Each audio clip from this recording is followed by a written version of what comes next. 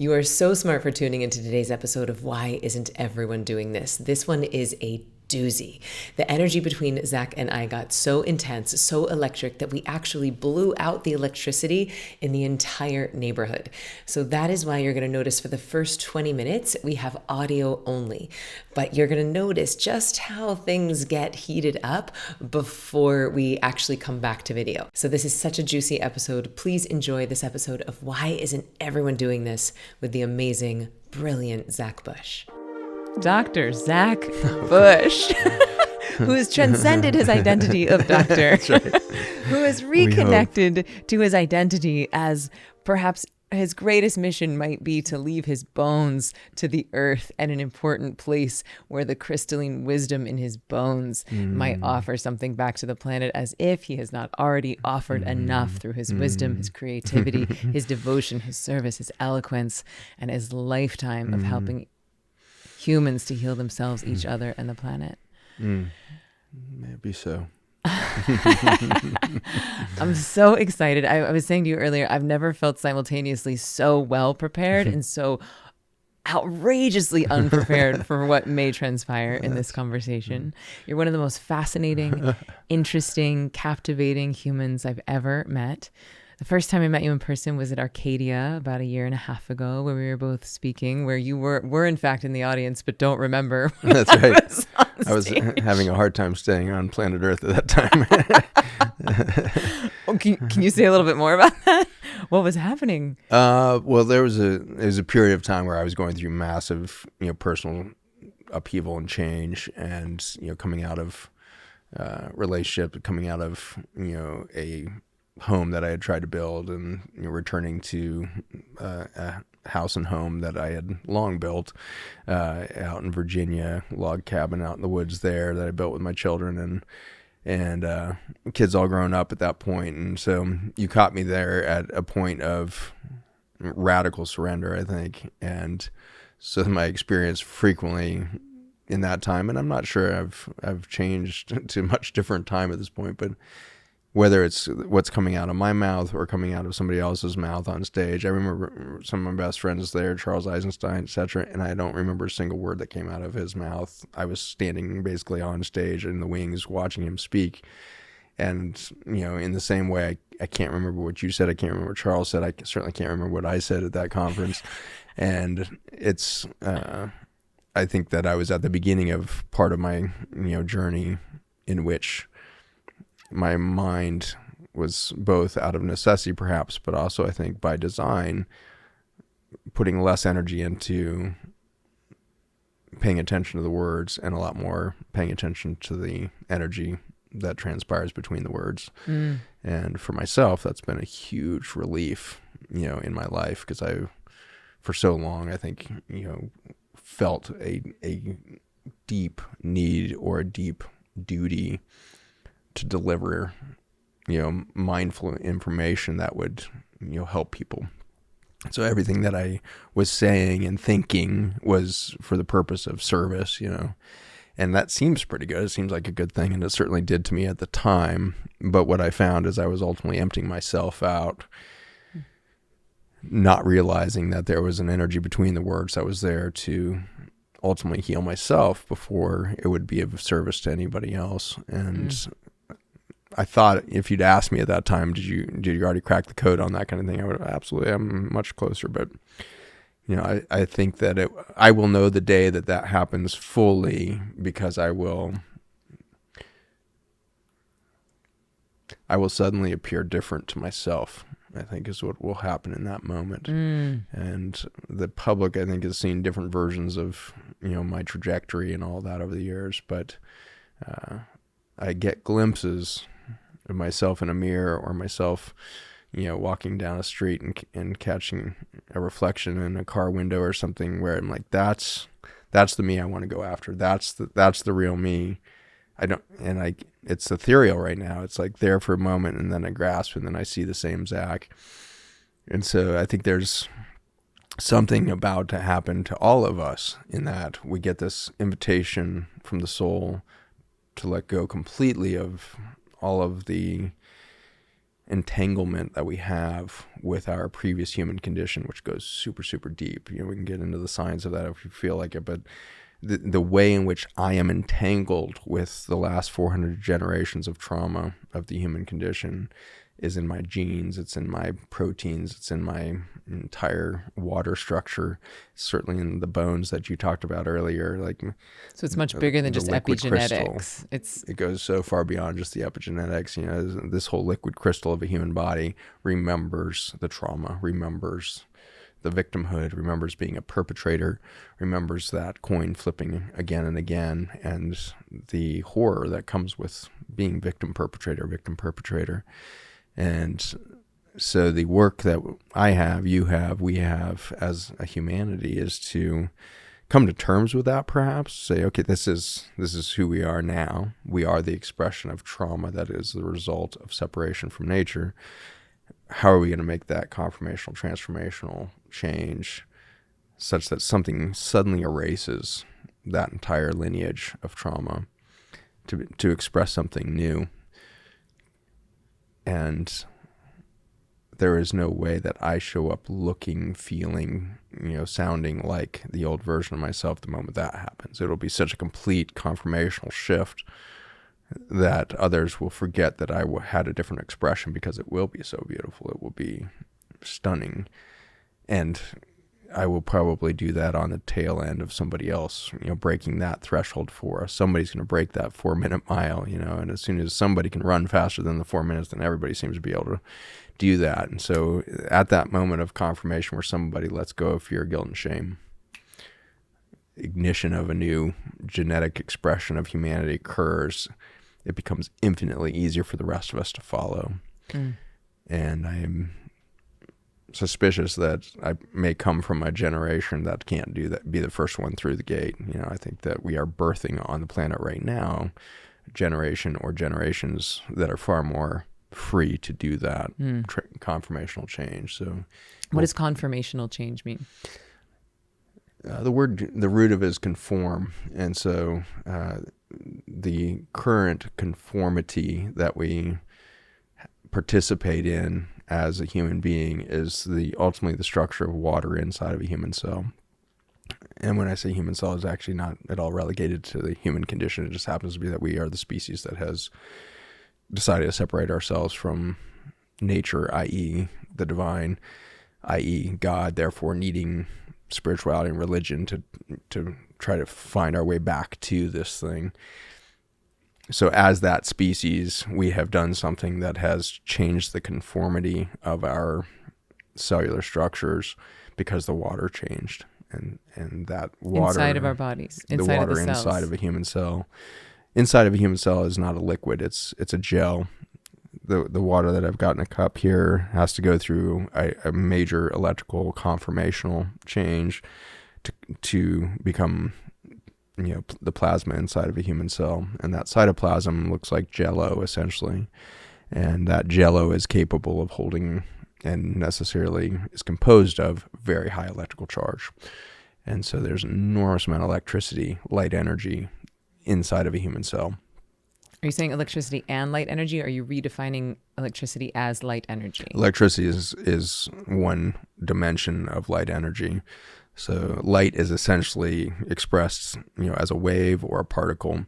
In the particle state, that thing that we call light takes on a very interesting kind of three-dimensional structure. One dimension of it is electricity, one dimension of it is magnetism, and one of it is what we call scalar, which is kind of the third axis of that three-dimensional structure.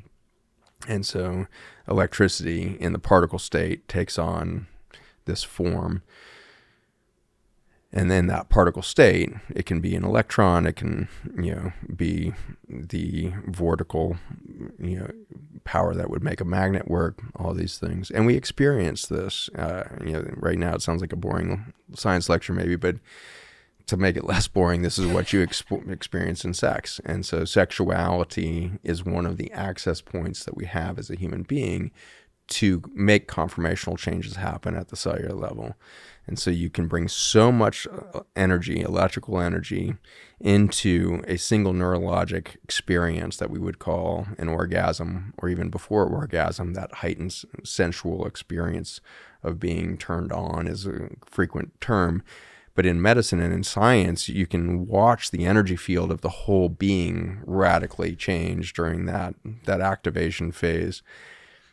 And it takes on two different, qualities to it depending on the gender of your biology. And so as a male biology, my neurologic system is designed to interact with that activation thing through the electrical grid, if you will, or the electrical expression of energy, that light transpiring into an activation event that we would call sexuality or ultimately orgasm or whatever it is channeled through a neurologic system in the form of electricity. And that leads to ultimately male climax and discharge. And the discharge, certainly climax and orgasm on one side of that, as you might think of it, but the discharge I'm really talking about is the electrical discharge. And when electricity discharges through a neurologic system, or even in your housing wire, when electricity flows through wires, it dissipates out of the wire very quickly. That's why every wire in your house has to be coated with plastic or an insulator to try to keep the electricity inside the wire. And so my neurologic system, as a male-gendered neurologic system, dissipates electricity when that light activation happens. In contrast, the female neurologic system interacts with that same activation experience in a completely different manner, in that it allows a magnetic transfer of information or energy discharge rather than electrical. And the unique thing about magnets is they don't lose energy. They don't dissipate energy. They maintain the field really at infinitum. And so this is certainly why the female neurologic system is much easier into multiple orgasm, things like that. But it's much bigger than that when you start to think about the way in which that energy can be moved through the body to change the structure of the water inside the cells. Because that magnet is a powerful way to reorient H2O. And you're talking about that the female physiology is acting as the magnet? Or both? Yeah, so electricity has properties of magnetism to it. You remember maybe the right-hand screw rule, where if you take a wire and wrap it around a nail, and then you put electricity through the wire, that nail becomes a magnet. And then the North Pole is in the direction of whatever wire. So you wrap the wire, run the electricity through that way. That's your North Pole. And so the magnet is going to run at 90-degree angle to the electricity. And so the male body is basically an electromagnet, meaning that the magnet is the result of the flow of electricity through the neurologic system, which is great. So you activate a male neurologic system and it's going to go magnetic for a moment. But if it's relying on the flow of electricity to achieve the magnet, then it's going to only last a few seconds, because all the wiring is going to quickly lose the electricity that was generated through that activation event, and it will dissipate within seconds or minutes. Contrast that to the female biology, where instead of being an electromagnet, the activation starts to be held in vortices that allow for a stable magnetic field to be set up that doesn't depend on the flow of electricity through that neurologic system. So in that state, you can raise the vibration to a very high-pitched level and then maintain it. And so you can plateau for minutes, hours, days. And then, the secret to much of sexuality out there in the ancient traditions is to teach the male how to prevent the discharge event of climax and how to hold that energy and then align it or listen into the gravitational field of the female orgasm that may be happening nearby. And we see this happen in the oceans right here. We're on the California coast shooting this thing, and the whole drive in, I'm watching the tide come in on the Pacific coast for that hour drive. And the tide coming in is the result of the water body responding to the gravitational presence of the moon. And in the same way, a male neurologic system that holds the energy resists the opportunity to discharge that, instead holding being willing to be held in space and then respond to another gravitational force, the female, the moon, the water can be pulled in the male body just as it would in the female body, and you can bring the male body into that total body ecstatic high vibrational state, and all of the water crystal structures within the gel of that male is also having the ability to hold these very high vibrational experiences for same period of time. And so it's a long tutorial there, I guess, on electromagnetic fields, but I think it's important when we start to talk about conformational change of water. There are a few things more potent than intimacy as an activation point. And we need training to come into the world for both men and women on how to activate those energies, maintain those very, very high energetic states for longer periods of time, be able to drop into those spaces without sex would be our highest, opportunity. If we get to the point where smiling into the eyes of the grandmother at the tea shop in the morning over a cup of tea has the same ability to heighten that thing as some sort of sexual experience with a lover, that's when we will be a new humanity. When do we learn how to let down all of the barriers and boundaries and shields so that we can connect like that, so that instantaneously everybody's experiencing this, what we would call currently an orgasmic state should be a normal state of existence. That should not be the exception. That should be the state from which we work from. Amen. Orgasmic living. We're capable of it. We're capable of it. 100%. I think we are. And so can you speak to, since we're on the subject of magnetism, and since this has been such a big part of my work, is bringing people into these pleasurable, ecstatic states as a way to embody their manifestations, as a way for them to embody and attract the thing that they are desiring, both for themselves and for the species. And if you think this is total hogwash, I'm here for that too. But I'd love to hear from you. Like, what is it about holding a vision and then getting yourself into these heightened pleasurable states that allows you to be more magnetic to it? I mean, as just a human being, as a mammal, as a multicellular creature on Earth, you are among the most powerful forces within the universe. That's just a quantum physics into biology phenomenon. Physics does really cool, bright things. It does stars and supernovas when they blow up, and those are beautiful, and they are bright, so bright that they can, that light can travel for hundreds of thousands of light years, billions and billions of miles to touch our eye at night and light up our cortex with the experience of the Milky Way or something like that. And so suns are very bright. They're very impressive. They're very beautiful, but they are, about 1,000-fold shy of the amount of light from that a single bacteria is required to produce so that life can happen. A single bacteria? A single bacteria, bacteria as a population will produce 1,000 times more light than a cubic centimeter of the sun. And so there's this massive, massive increase in light per cubic centimeter to allow life to happen. The difference between physics and life is about 1,000-fold increase in light. Wow. To get to multicellular life, where you can be an nematode or an earthworm, eventually a mammal, you're looking at about a 10,000-fold increase over the sun. And so you have to require so much concentrated energy to allow for the coordination and expression of life to occur in a multicellular fashion, for an oak tree to occur, for a human to occur. It requires so much concentration of light energy. And that's what it makes it look like we're physically, solid, even though nothing is solid. It's all ethereal, disappearing, reappearing. But the thing that gives us the impression that an oak tree is solid, or that Zach is solid talking here, is that we have this deep, deep concentration of light energy. As mentioned, light can be frequency or it can be particle. And to create a particle experience for light ultimately requires a black hole. A black hole is a phenomenon.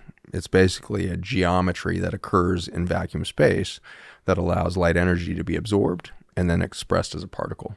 And so you have frequency of light being absorbed in black space, and then it's being expressed as a particle beam, basically. The particle shoots out of the center disk of the black hole and becomes what's called the event horizon. And so in the center of every single galaxy is a massive black hole that absorbs all the light energy from all the stars all over the universe, takes all that light in the form of waveform that's been traveling through vacuum space, concentrates it through gravity into a pure particle expression. Suddenly it becomes stardust or planetary dust or asteroids ultimately.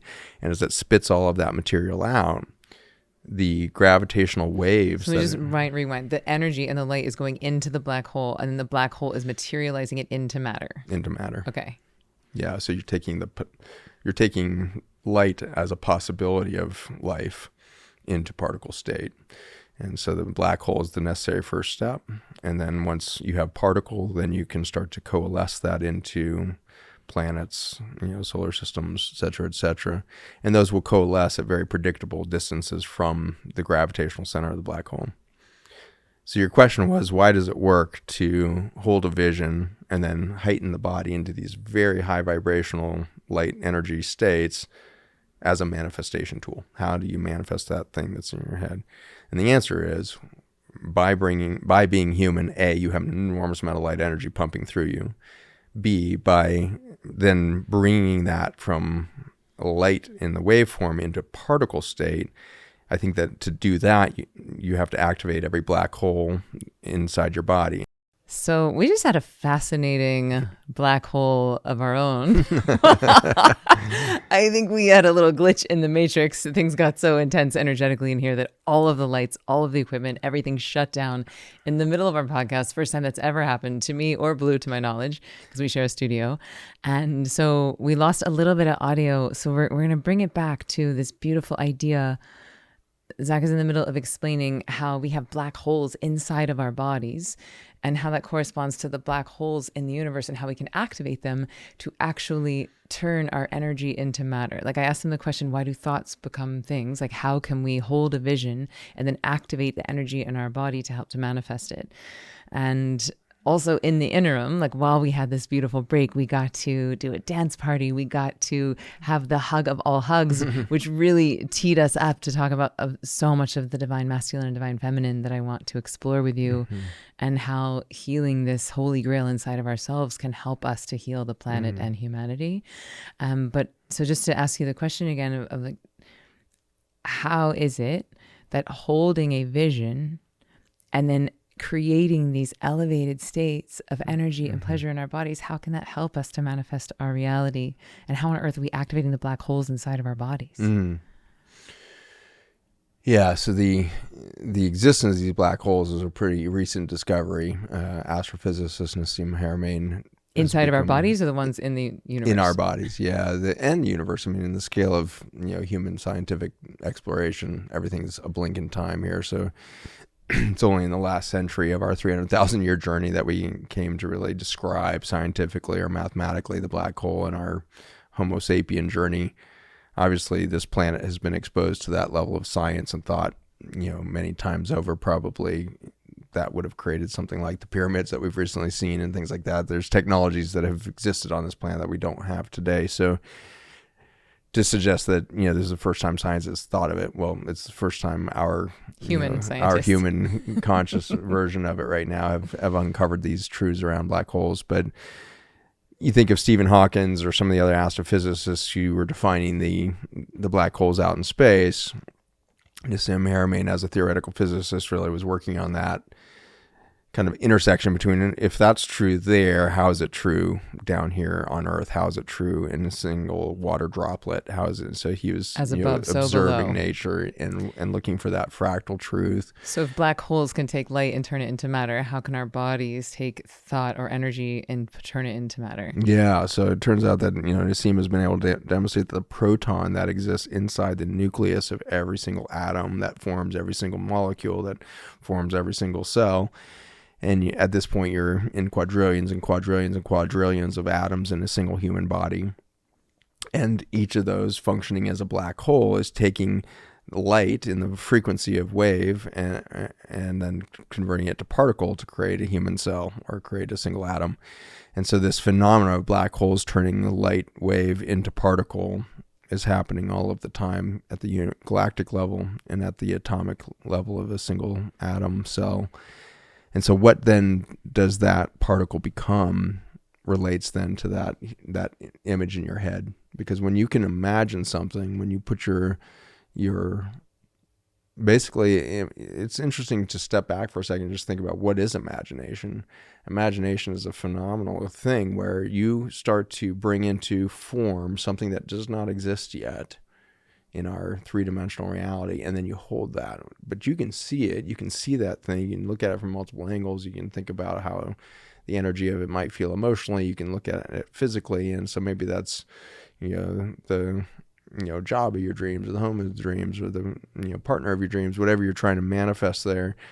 And it's fascinating to me that the human is capable of holding a very clear image, and not only considering the image of it, but then the experience of being with that thing, whether it be a home or whatever it is. And so you can have an emotional response to a thing that doesn't exist yet in this three-dimensional plane, and you hold that enough and you look at it from enough angles, and then you share that with others, and they start to picture the same thing, and before long you've created the building, the healing center, the business, the product, the partnership that you were looking for in your life. And so that's intriguing to me, that we are capable of such an abstract form of creation that can become so real even before it's manifest in the particle state in front of us. It's already creating epigenetic changes in our bodies. It's creating emotional changes in our bodies. It's creating chemical changes in our bodies, and it doesn't exist yet. And so that's this interesting experience in the three-dimensionality of being human and being able to imagine. When you pull yourself out of the three dimensions, you realize the moment you imagined it, it must exist in some multiverse. It must already exist in some form, some parallel universe, some parallel experience. That thing has already been formed because you are a series of black holes that's capable of turning anything into matter, turning light frequency in. You can imagine how much light energy is necessary for you to pull together a three-dimensional, four-dimensional map of something that doesn't exist yet. That takes an enormous amount of energy, neurologic function, etc., to do that. And so you're manifesting it already. Your three-dimensional timeline hasn't caught you up to its existence yet, but it already exists. And so that's generally, I think, how we create the worlds we live in. And if you hear that and believe that for a moment, one of the obvious next steps is, well, the world must look very different to every person because they're manifesting their own worlds. And that, interestingly, has been demonstrated quite well in science, is that different beings, certainly different human beings, but different mammals, have radically different perceptions of the world we live in. They've been able to recreate the Umfeld, is a German word that means the perceived reality. The Umfeld for my world versus the Umfeld of the bat that lives in the same canyon here is radically different. The bat sees this terrain, does not see color, sees frequency through a different perceptual, aspect of itself. And so the bat's reality, same canyon, same coastline, totally different experience with that, totally different understanding of the beauty and coherence of this valley in the eye of a bat than in the eye of Zach. And so that Umfeld is the bat experiencing and interacting with its world in a way that fosters it into the highest state of being, which is this state of joy of, exploration and flight and freedom and bending in and out of waves at night to interact with the insect world and to take life from the world around it and put that into its own body for the purpose of ascension, energy spiraling upwards. And so the insect, suddenly consumed by the bat, has moved itself into a higher state of frequency by being consumed. And this is predation ultimately. And so the antelope on the, is choosing a moment to increase its frequency as the lion consumes it. And it's transformed suddenly into an energy field within the lion instead of in the body of an antelope. And it's ascended to this higher level. And there's a lot of evidence now that animals that are on kind of these, chains of consumption that we would call predation, the prey and the predator. The predators are not out killing things. The predators are ascending the energy of those things that want to be ascendant. And so that the evidence of this is that biodiversity increases, life increases in its beauty and bounty around a keystone species. And so if you put wolves back in Yellowstone, the soils improve, the water systems suddenly go back into their hydraulic system, and the rivers start flowing again because of a wolf. You put, a bison on the plains, rivers flow, soils enrich, grasslands that haven't existed in hundreds of years suddenly come back to life. Deep seed banks are remembered and brought forward by the hooves of those animals. And so we have this extraordinary evidence that an animal expressing its full capacity for ascension will become, a keystone species or a predator. And the prey around it is praying for this ascendant state. And so it's a very fascinating play that happens in nature. Yeah, I've never thought of that before, that instead of predator and prey, that you're killing something, you're destroying something, that rather you're transmuting it, you are ascending it.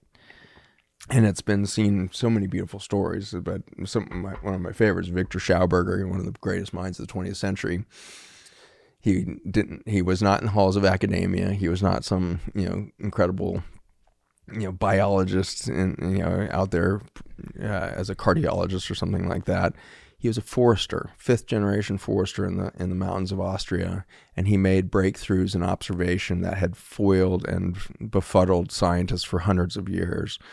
And he was the one to really first define what the actual geometry and actual purpose of the human heart is, things like that, by just observing nature. So incredible mind. But one of the things he witnessed was in these high mountain lakes, he would witness a eagle flying around, circling above a lake, until a trout would be picked up by the shadow of the eagle, and it would follow that shadow and then it'd get tighter and tighter and tighter into the center, at which point the eagle had slowly descended to the very center in a vortex and plucks the fish up into the air and is gone.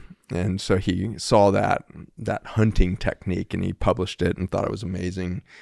And then years later, happened to be at an angle in a lake where he saw a fish swimming around the perimeter, and suddenly realized it was doing, a vortex. So he's looking for the eagle, and there's no eagle, and he's watching the fish, and so patiently just doing its circle. Pretty soon an eagle comes along, sees the fish, starts following it, follows it all the way in the center of the lake, and he realized he had been seeing the whole thing wrong. The eagle was not hunting the fish was drawing in the eagle to ascend. And he realized at that moment that he had never seen the eagle actually reach inside the water for the fish, but the fish always jumped to the surface into the talons of the eagle to ascend. Wait, this feels, because I've been really binging on every podcast you've ever done. And so just to summarize some of the thoughts and these massive ideas, one of them is that I hear you talk about is, according to science, according to our microbiome, according to the soil that is left, like we've got like somewhere between 60 and 80 years left where humans will be able to, use the land, or that maybe even humans will be around. Like, if we follow the data, if we follow the predictive analytics, both our numbers as a species, our years as a species are numbered, and the ability for our soil to produce food is very, very numbered. And in the same breath, I have heard you say what a blessing this is, like finding the blessing in the catastrophe of it, because it takes that to sort of wake up the species and ascend. And so I'm wondering, do you think that there is, are we the fish right now circling, yes, creating this destruction so that we can ascend into the next form of what we are meant to evolve into? Without question. Whoa. Without question. We are in a high mountain lake of existence, and we are swimming, looking for the predator that will take us to that higher ascended state. We are waiting and working to be consumed. But aren't we the predator? Like, aren't humans the predator, or do you think there's another predator? No, we broke our relationship to that. We don't actually function as a keystone species. We are not a lion. We are not the eagle. Our presence in natural systems destroys the system. We actually destroy biodiversity at every time we show up. So it's more like a cancer. Humans are acting like a cancer, or something We different? have decided to break our relationship to the divine. We have broken our relationship to nature itself. And in so doing, we have become a degradation rather than an ascension path for that which we consume. Yeah. And so the animal I consume, whether it be, a cow or a carrot, that energy that I have consumed has now been put into a degraded state in my body because my body believes itself to be separate from nature, from the divine, from everything. And so in my loneliness as a being, as my self-imposed isolation has set into my biology, my water structure is ultimately deteriorated from its original form, from its original design. Yeah, I love the way you say like a cell isolated becomes cancer. A human isolated can become destructive. It will suck the energy out of the life of the larger organism, just as a cancer cell does. And so how do we start to reconnect to nature? How do we start to reconnect to our own divinity? And just from knowing you and from the little bit of time we've spent together, I've heard you speak about the real Holy Grail and the real Holy Grail and the unioning of the masculine and feminine inside of ourselves as a path of ascension. I know that you and I both have been on deep Magdalene pilgrimages in the past few years. And so I would just love to see if we can transition this conversation, because there's so many directions that we could go. And I would just love to utilize your knowledge of divine feminine, of divine masculine as an ascension tool, as a possibility of shifting the course of humanity, or is it just we have to play this chart, like we have to circle until we are destroyed? We must be destroyed. Our current form has to do the ascension event. It has to die unto itself.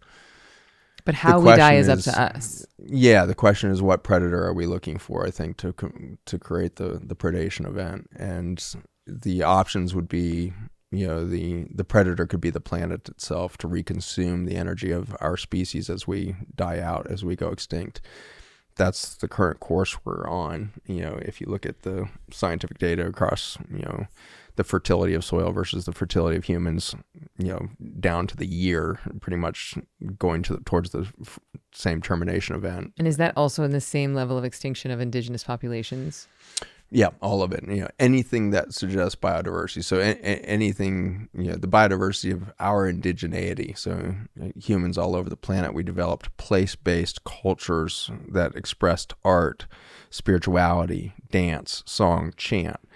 All of that was informed by the environment because we were letting the environment speak through us. That's what we do when we are in our ascension phase of biology, when we really do believe ourselves to be not only connected to, but an expression of and an agent of the nature within us. That's currently what we would probably define as an indigenous culture or an indigenous belief system. And we like to pin that on about 3% of humanity that's still practicing its indigenous rights, its indigenous awareness of natural law within it, its indigenous expression of that art, culture, song, original languages. That's 3% of humanity. 97% have been, going through the degradation process of dumbing itself down into something akin to the English language or Chinese, which are languages that are inherently very good at categorization. They're very good at, scientific, exploration or things, but they have lost their color. They have lost their artistic expression, their creative capacity. Yeah, like Sanskrit is an onomatopoetic language that's expressive of the sound of nature. Yesterday, we had our friend Mia on as a guest, and she said her favorite book is The Alphabet versus the Goddess. And how the alphabet has extracted the divinity from our language, where we used to have hieroglyphics or pictorial language that was expressive of the things that we were seeing, versus language and letters in the alphabet is known as connotative or extracting of that divinity. Ultimately abstract, right? Rather than experiential. And so when language was experiential, like you say, tonal, we had a higher vibration capacity to express beauty than when it became abstract, saying that this letter is going to represent a sound rather than be the sound. And so the English language is the worst at this, right? And so any letter can actually make about 5 different sounds, and you have to practice for years and years to figure out which sound is this letter going to make in this context of this word, whatever it is. It's because we have an abstract alphabet rather than an experiential, tonal system of communication. And it looks like we've kind of degraded the intelligence of our creation. What we manifest, the thing that we can imagine and then make, has been decreasing in its coherence with nature. Its impact on nature has become more and more degradative as we have become more and more abstract in our value systems. And so the solution to all of that is ultimately stepping back into what is experientially real, and then how do we express ourselves from there. And your question was around the masculine and feminine. And I think that's ultimately, at least for me, in my journey so far, I have found nothing more potent to bring myself into a new alignment, to a new coherence, to a new expression of myself than honoring in me the capacity of the masculine. And what is the masculine? It's not a gender, obviously. It doesn't have to do with my gender at all. It has to do with the energy of holding space. And nature holds space at the atomic level, which was basically a perfect grid that extends through all space-time. So the entire multiverse is held in a perfect grid that's gridded at this hyper tiny level, this tiny atomic level, perfect grid. And it's like cubes that go in all directions infinitely, basically. And the cubes are space holders. They're not solid. They hold the possibility of energy within that space. And so you can maybe picture a cube defined by thin little bars at each edge of the cube, but it's otherwise empty. And then at each corner of the cube is an anchor point at which that bar can be held in space to maintain the grid.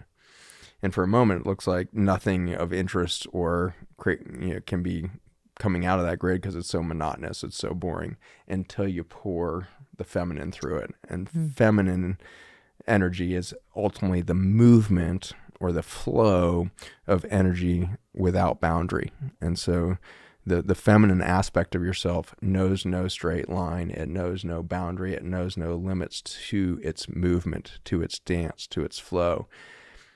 It knows no corner, it knows no boundary of the cubic nature within you. So in you, space is held by the masculine, which is this extraordinary atomic energy that holds the possibility of the energy to be populated, and then the feminine is that energy that will flow through that space.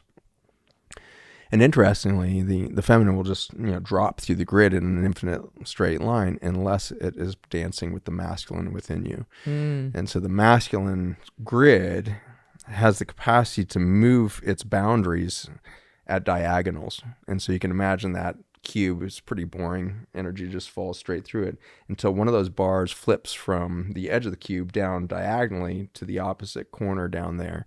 And suddenly you have a redirection of the energy that's flowing through that space. And so what you see in natural system is that energy flows any direction but straight, which means the masculine space holding thing is constantly playing with new possibilities, new arrangements, new relationships between the spaces that are held within the grid. And so the masculine within you has the capacity to participate in creation through its infinite possibilities of relationship with itself. And that's much different than, I was told, in my kind of religious and social programming as a male, you are going to hold space for, a sports team when I'm a kid. You're gonna be the pitcher, you're gonna do this thing, or and then I found individual sports as a teenager and really was drawn to that. So as a wrestler, and suddenly you're holding space only for your own potential to win the game, right? And it was a much different experience than trying to hold space with a team. But my masculinity at that point, my masculine energy, understood that I was holding space on this mat to achieve the following, end point. What I didn't realize was that the masculine would have won every wrestling match if it understood that there was an infinite way in which I could present myself in that space to have infinite different outcomes. And Wait, we say that part again. There was an infinite way that you could win the match if you knew there was infinite outcomes. Yeah. Instead, I'd been given one outcome: pin the other guy's shoulder on the mat for 3 seconds, and that's how you win it. And I think that's where you see mastering of a sport comes when you let go of the linear belief of I'm here, he's there, I need to get his shoulders on the ground, to I'm here, he's there, and he's going that way, I'm going to move over here, he's going to have to react to that. And then suddenly there's a dance happening, and suddenly the master uses almost none of their own force, harnessing all the forces that are at play on the mat to achieve the end result in a very unexpected and easy fashion. And you see this in martial arts all the time, you know, the karate master who can do that 3-inch punch and send somebody flying through the air. Looks like they exerted absolutely no energy, but they've imagined the entire room, the entire cosmos perhaps, focused in that 3-inch punch, and they suddenly can achieve something that seems absolutely physically impossible. And so that's how we should teach our children ultimately is set your intent, set that vision, and now accept that you don't have to achieve that, but the universe will achieve that with you. You know, and there's an infinite number of ways the universe can join you in that game to that end of what you're trying to create in your mind's eye, that outcome. And so there would be a way for us to teach genius, I think, in schools. There'd be a way for us to teach, you know, intimacy in a way that would achieve such extreme results that we can't physically actually imagine them in our limited, you know, learning that we've done so far. And so the masculine is ultimately a space-holding environment that can hold the possibility of millions of different pathways to achieve the outcome. The way in which the outcome is actually made visible is when your feminine energy flows through that grid to become it and to embody that space. That's where your curiosity and creativity really sets in. And I think curiosity is really the symptom of the divine within us. The symptom, when I say divine there, I'm really meaning the birth capacity of your being. I love woodworking a lot. I built my own home out of giant 6x12 timbers because I loved the capacity of the gravity of a huge log holding space for the possibility of a family to create within, you know, and then having these rigid timbers become the sound box for the laughter of my own children in my home was just an awesome journey. These trees gave up their life so that they would become more and more rigid in their death, in that dry wood, so that they would vibrate not to their own self, but to the voice and laughter of my own children. And so that is a different way to build a home, right? And also an ascension pattern. Like that tree is ascending into becoming this vessel for life and family and community and play. So I'm curious, reading the Magdalene manuscripts or having the Magdalene manuscripts read to me has been a huge part of my awakening and growth over the past 3 years. And I know that Mary Magdalene has played a role in you and helped you even to grieve, which you could say is a form of death, right? It's like a it can be transmutational. But how has working with Mary Magdalene energy, how has moving through this portal helped you to either balance or activate this masculine and feminine inside of you? Such a big topic. It's like almost feels overwhelming for me to try to imagine putting words into space that would give justice to this topic. But if anyone can do it, you can. We'll surrender to the divine here and let it flow through here.